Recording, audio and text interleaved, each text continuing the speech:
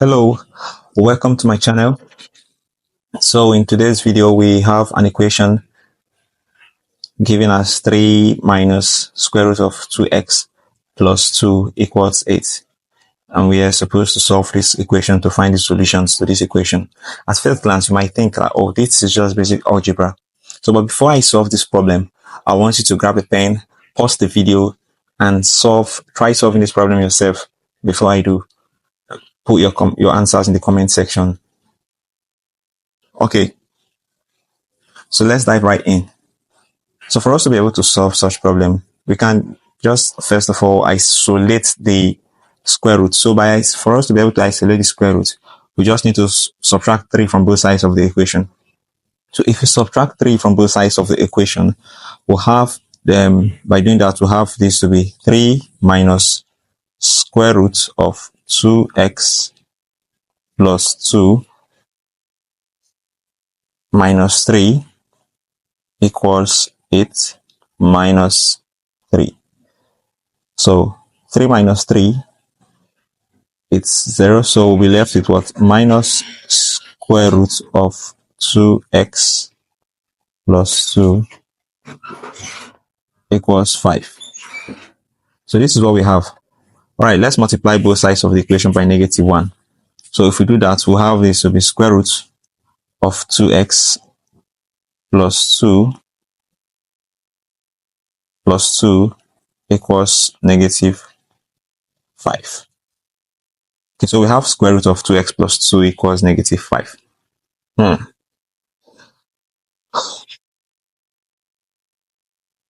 Is there a solution to this problem? Wait a minute. Can this be right?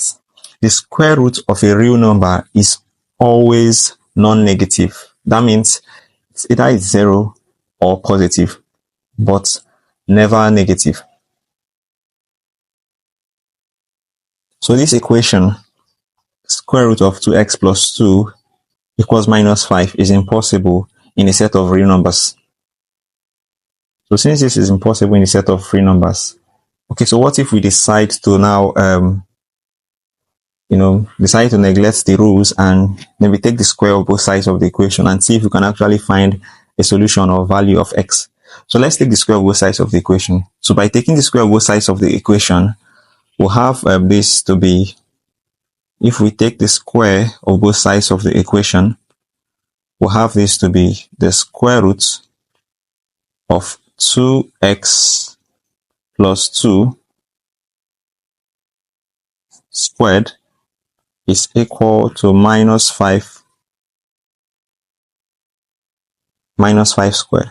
Okay, so this square will take care of this square root. This square here will take care of the square root. You can cancel out. So we'll have this to be 2x plus 2, and this the square of minus 5 square is 25, because that's minus 5 times minus 5 will give us 25.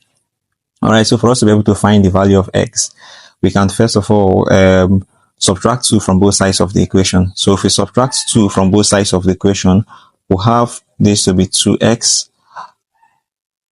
plus 2 minus 2 equals 25 minus 2. Okay, so 2 minus 2 is 0. 25 minus 2 is 23. So what we are left with is 2x equals 23.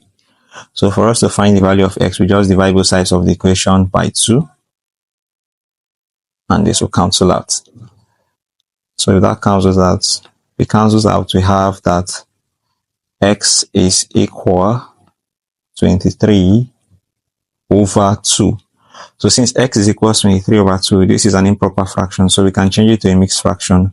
23 over 2 is the same as 11 whole number 1 over 2, which is also 1 over 2 is 0.5, so this is the same as 11.5. So we can leave our answer in decimal form like this. So 11 is equals, x is equals 11.5. So since it's looking like we have a solution here, so since x is equals 11.5, for us to be sure if this is actually a solution to the given equation, let's plug it back in. So for us to plug it back in inside the initial equation, we have, for us to plug it back in, So our initial equation we have is our initial equation we have is 3 minus square root of 2x. So in brackets, x is 11.5. So we replace x with 11.5 plus 2, that this is equals to 8. So let's see if it actually equals 8. So 2 times 11.5 will give us 23. 23 plus 2 is 25. So we have this to be 3 minus square root of 25 equals 8. The square root of 25 is 5. So what we have is 3 minus 5 equals 8. 3 minus 5 is minus 2, negative 2. So we have negative 2 is not equal to 8. So we can see that negative 2 is not equal to 8. So that means x equals 11.5 is not a solution in the set of real numbers. So these kind of solutions are what we call extraneous solutions. Extraneous solutions. Solutions that occur when you take the square of both sides of an equation. We get extraneous solutions like this. So they come up often, but sometimes they don't actually satisfy the given equation. So we have this. Now come to think of it. What about complex numbers? What about complex numbers? If we've been able to establish that this particular equation does not have a solution in the set of real numbers, so what about in the complex plane, in the complex world? Is there a solution? Technically, yes. That is, if we could write minus 5 as 5i times I and treat the square root in a complex way. But unless we define our square root and allow the negative values, which we don't normally do, then this equation still has no valid solution, even in the complex plane. So even if we decide to say that we can treat negative 5 to be as negative 5 as 5i times I,